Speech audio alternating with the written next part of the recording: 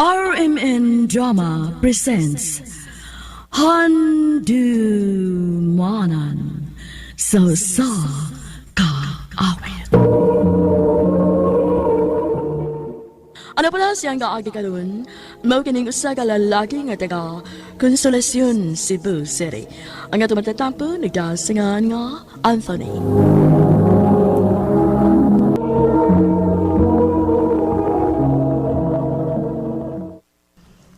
Gidawat ko na ang imong gugmaan, Anthony. Salamat. Salamat, Melody. Bantay ha, sige mo ra kong pasakitan. Basi ba ginog, ako yung mapasakitan. Hala, nabali. Kumumanggong lalaki ang mapasakit kanunay sa mga papay. Sila. Pero ako lahi ko. Maron di ka hangtod sa katapusan pinetiks ako kasing-kasing. Bantay ha. Lagi. Lingawan ako sa atong kita nga salida, oy. Masalingaw ko ni mo. Kay? Ikaw na ba ako ibadayan? Nagsigigag agik-ik sa atong kitanaw. Adi ay. Lagi. Okay ko. Ha? Kasakit sa mga si ano eh. Bantay lang ka ha. Di ka ba, ana? Naranim mo ka na yung akong pananaw? Anthony? Dina? Hoy! Kumusta? Dugay naman itong nagkita. Dina, ako na yung girlfriend. Si Melody. Lud, si Dina. Ako barkada sa una sa high school pa. Hi! Asa mo? Uban ko ninyo, be. Ako namang usaw nagwarawara ron, good. Ha? Ako, mamauli na may paingon. Ay, mao ba? Sus, dugay na ba itong nagkita na? Chika sa taba. Kuan. Ay, musugot lagi na sa melody. Dili ba, Lord? Ha? Agad ako ni Anthony. Okay ra ka, ga? O, lagi, okay na lagi. Ako may malibre. Bago akong ipadanan sa akong boyfriend na Amerikano. Ikaw, ha? Ang kawagin mo, eh. Di na? Huwag ka mausab na. Magyapong ka. Sipat ng gyapong ka. Ako pa. Samtawa pa ako makalarga sa gawas. Magpahimus una ako Pinoy, oy. Lahir ba ang Pinoy sa kano, Brad? Din, salamat ng imong pagpalibre, ha? Huwag nanipay kay kung ikakita at kapag-usab. Mga to na mo? Oo, sa akin na ba kayo ron? Magbihan niya magpauli. Magkasabay ni Melody. Mao ba? Gain na lang kong number ni mo, be. Oh, sure. Pauli na. Ayaw na ko gihatod sa bahay. Ha? Nga naman? Tingaling mo na wag kong dina ni mo. Lingaw ra ba kaayo ka? Abian gins di na. Pero, pulos na magkabuang ang iyahaw, eh. Kabuang nang magsigig kupot sa imong kamot?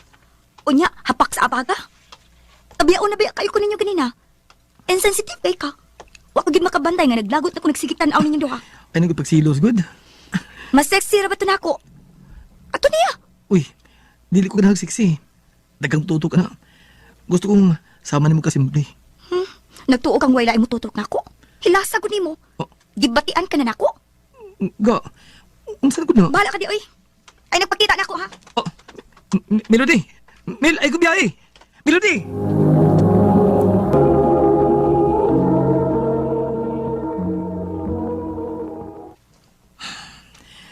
Huwag yun kaya po siya ma-reply sa mga text. Di sabi siya matubag sa mga tawag. Bahala na. Adoro ko siya sa ila ugma.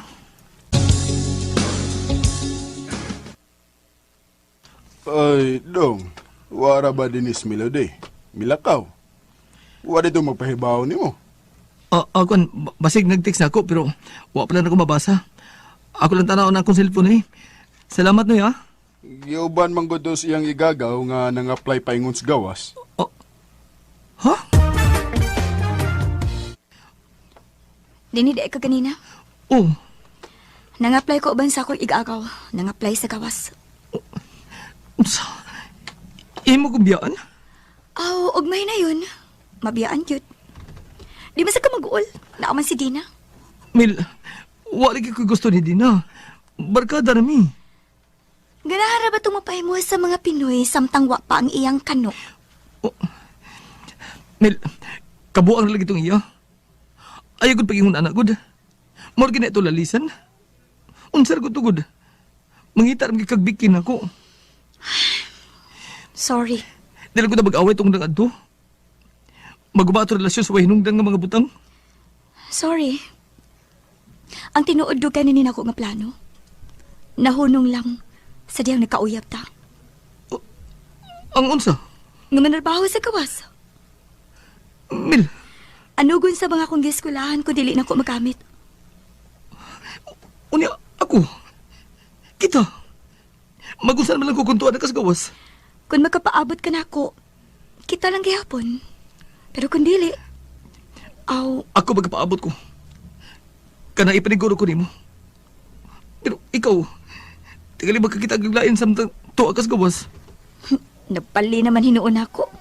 Ngano, nagtuo kang ingon ko, ana? Sorry. Mapadayon gid ay ka. Ayaw kalimti. Nga nagpaabot ko nimo. Bantay ako. Kanunay ko magpaabot sa imong tawag. Pag-amping dito sa gawas. Oh, Anthony. Mahal ti Camille.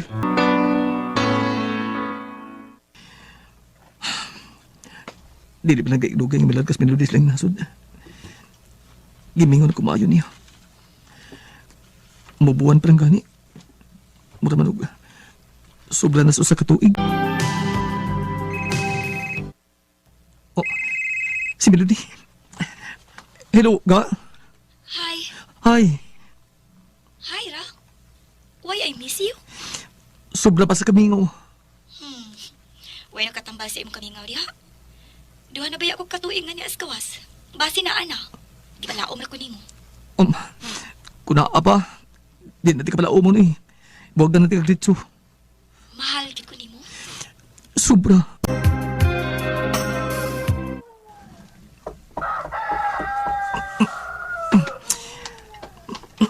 Sa'yo si mong namog ka, ma, eh. Ngit-ngit pa man. Nga naman, ma. Hi. Melody. Mel, Uy, nanong gigaw ko na ni maayo imong mata, oy. tingalik nagdamgod ako. Nga naakas ako tubangan. Dihala ko sa Manila gabi samtang nagsulti ta sa cellphone. Og milahos gidayon ko dinhi sa inyo. Mel, di mo na ako gisurpresa, ha? Huwag ka magbaybaw nga. Muli na ka karon. Karon ka. Di na't kabuyaan pa. Mamay ko dito sa inyo. Kasunod namin karon si Melody. Og wanan ko sa tuguti nga mobalik pa sila yung nasod. Dihing lang kutob. Daghang salamat. Og more power sa RMN.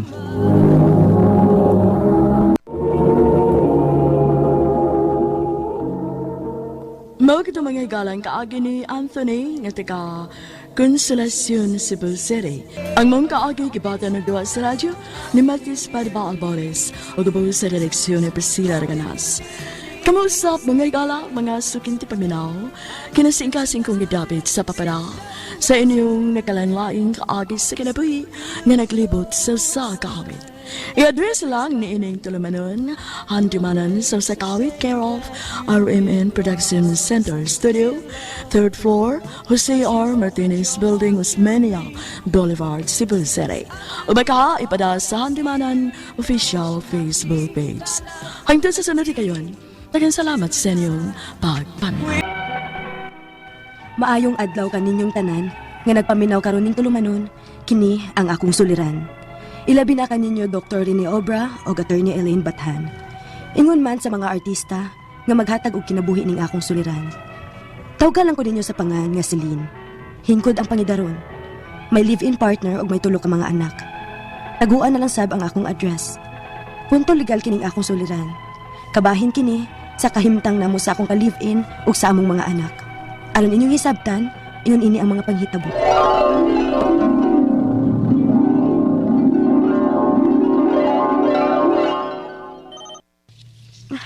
Ang gwapa ay. Hello, Minya. Masay tuyo, day. Oy, wag kay lakaw niyang gabi eh. Ha? Kaya nga naman? Ari niya tas bahay ba?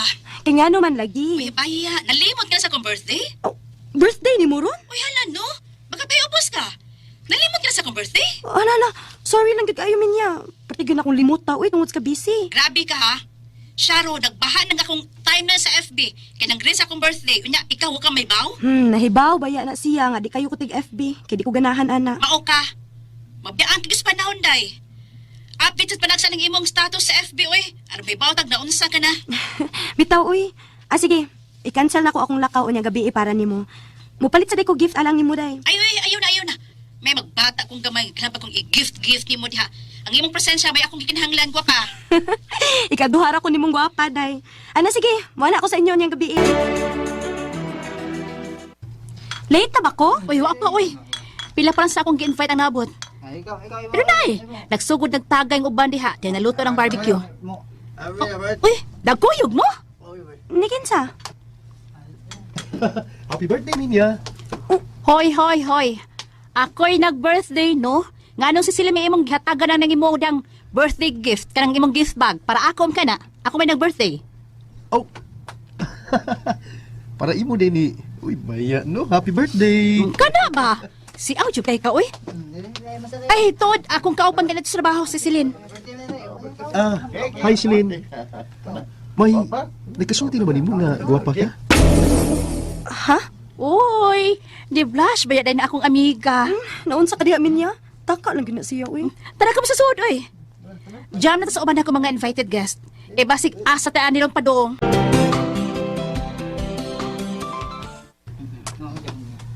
Salamat sa iyong pagtamo sa gamay kong handa sa akong birthday, ha? Salamat sa iyong time. Salamat sa pag-invite minya. Hi, Celine. Muli ka na? Yato ka? Ha? Unsa? Mao ka na, Celine. Sa una ko palang pagkakita ni mo. Mao na. Hala, no? Na-starstruck na ka? Huwag ba ko magkomedya? Rodney. Unsa? Maya, ano? Gisugot mo sa Rodney? Yes, minya. Kinakagusto mo sa kuniya. Gani, nag-live-in naman gani mi. Uy, kadali ko ninyo. Gusto pa mas kilat? Ingnan lagi ti kang nakagusto na sad lagi kuniya. Manundugayon pa man ako. Pero Celine, kuan na ba? Nga unsa? Minyo man to sa Rodney. Ha? Nahog na ang akong pagbati alang kang Rodney, dihang nahibaw ko nga minyo na ang akong ka-live-in. Ug ang sunod kong nahibawan, nga mabdos na ko sa iyang anak. Kasado sila sa iyang asawa, apan dugay na silang nabuwag ug wa sila anak. Wa na gani siya mahibaw ug hain na ang iyang asawa, kay wala man sila magkita. Nagdugay gyud mi sa among panag-ipon. Ug wa tuoy asawa niya nga nagsamok namo. Ug mahal ko na sab si Rodney, ilabi na nga may anak na mi. Hangtod nga niabot gyud og tulo ang among anak. Unya, Uy, ni amaning akong mga apo. paamin na mi ma, pa. Oh, malagay mo kuyog ninyo sa Rodney. Tuwapas trabaho pa.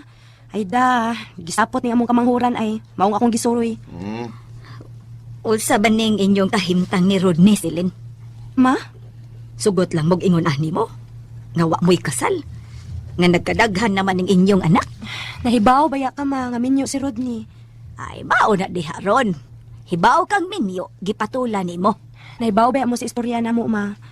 Dihan ako nahibaw nga minyo siya dihang namabdos ko sa mong kamagwangan. Pero nganong imo pa magipadaghan ning inyong anak? Kaywa naman, uwahin naman ang tanan. Nahigugma naman ning atong anak atong Rodney. Mas may pas papa kinakasabot. Ginungtan mong gibuhat ining atong anak? Ay, nag-obserba raman ko ba? Sa primero, supa ko ato. Sumagod, gusto ko silang buwagon. Pero sa ngatong-ngatong nga nakita ko ang kamatinudaanon ni Rodney sa atong anak, o nga, nisabot lang sab ko. Panusaon naman lang, og kalit nga magpakita ang asawa ng Rodney. Kung mahitabo man na ma, kani ato ra unta. Apan ituo ko nga wa nagdudto magpakabana ni Rodney ang asawa ma. Kaya unsa nagudlong anyo ha? 15 years na silang nagbuwag ma. Og 13 years naming nag-ipon ni Rodney. Og tulo na gud ang among mga anak. Apan way asawa ni Rodney nga nagsamok-samok namo. Hinaot pa unta. Hinaot pa unta, Celine. Pwede naman mo mapakasal ba? Kaya doon naman sila nagbuwag sa asawa. Pwede di ay. Manadungan man ko yun, anak ba? Gabas sa dugay na nagbuwag ang magtiayon, labi nagdugay ng one communication, mayaman silang gawas nun o makasalas lain. Mao ba? Pero para nako, dili naman importante ng kasal. Ang importante nako nga malipayon og malinawon mi si Rodney. Oy, kinahanglan yun na, day. Eh, ang sao naman ang future sa inyong mga anak? Ha? Yan ang dumi. Nindot ang trabaho ni Rodney. Stable. Kumpito sa benefits. O ginamdumi, kasado siya. Natural. Ang tanan niyang benefits adtog na paingos asawa. Og makaluluoy ang inyong mga anak nga way mapunit gikan sa ilang amahan. Sayo na na. Unsa? Giangkon ko ang akong mga anak ni Musilin. Gi-acknowledge na ko nga ako ang ilang amahan. Di, ako siyang ibutang sa akong mga beneficiaries. Ha? Pwede di ay? Oh, og katong akong asawa, kay wa naman to.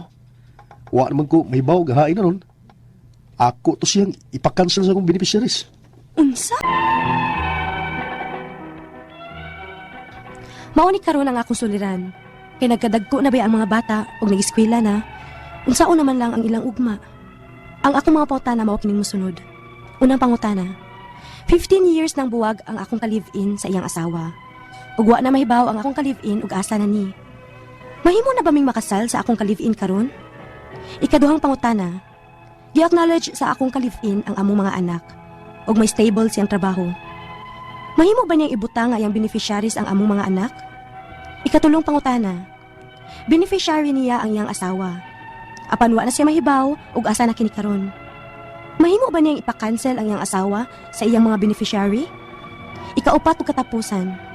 Unsa may among buhaton aron nga maligal na ang among pagpuyo? Unsaon man namo aron nga makasal nami? Palihog, tabangi ug tambagi ko. Kini ang akong suliran, Celine.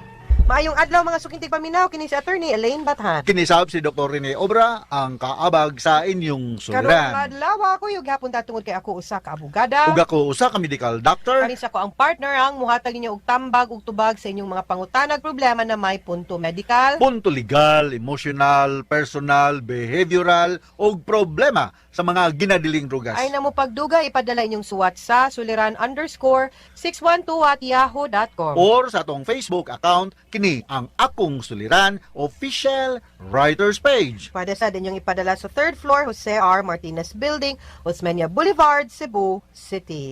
Kinsa ni si atong letter sender? Atong messenger, si Celine, Celine. 38 years old. Yes. Wala gibutang niya ayang problem, ayang address partner. But Punto legal kini iyang problema, no? Sumasa na bati na to ganina sa drama, Minyo ang kaipon. Minyo ang kaipon. 15 years na Apan- silang buwag sa asawa. Gani wala na mahibaw ang iyang kaipon ug hain na ron ang iyang asawa. May stable nga trabaho ang iyang kalibin. Ug mga matulo na sila ka anak, may tulo na sila ka anak. Sulod sa 13 nila ka tuig nga panag-ipon, stable ang trabaho sa iyang kalibin partner. Ug ang asawa niini ang beneficiary. Mga ba ni partner? Yes, so una niyang pangutana. Unang pangutana niya, ang unang pangutana, 15 years ng buwag ang akong kalibin sa iyang asawa. Wala na mahibaw ang akong kalibin ug asa na ning iyang asawa karon. Mahimo ba ming makasal sa akong kalibin karon? Wa man sila na anal, Wa man maski anal. sa gidugayon sa ilahang physical. Di po ta sigurado nang patay na ba? That will have to assume, assure kay dili man sad ka basta-basta makapadeclare nga patay na just because wa ka kahibalo og asa. Naman na mga circumstances. Although one of the ways no nga makasal ka is either maanal ka or mo file ka og declaration of presumptive death. Pero kung mutumaw nagkalit, magbalik sila sa imong asawa kay balik man ang ilahang kasal, no? So, kinghanahan kay ka magminyo mo, then magpaanal gining imong kaipon. Magpaanal gyud, no? Hindi gud So, pwede mo maminyo nga wa pa na naanal ang iyahang kasal maski pag 25 years na mong nagpuyo, wa pa gani na naanal, wa gi kasal. Alright, klaro ka na ha. Sa ikaduhang pangutana, gi-acknowledge sa akong kalibin ang among mga anak ug may stable siyang trabaho. Mahimo ba siyang ibutang nga iyang beneficiaries ang among mga anak?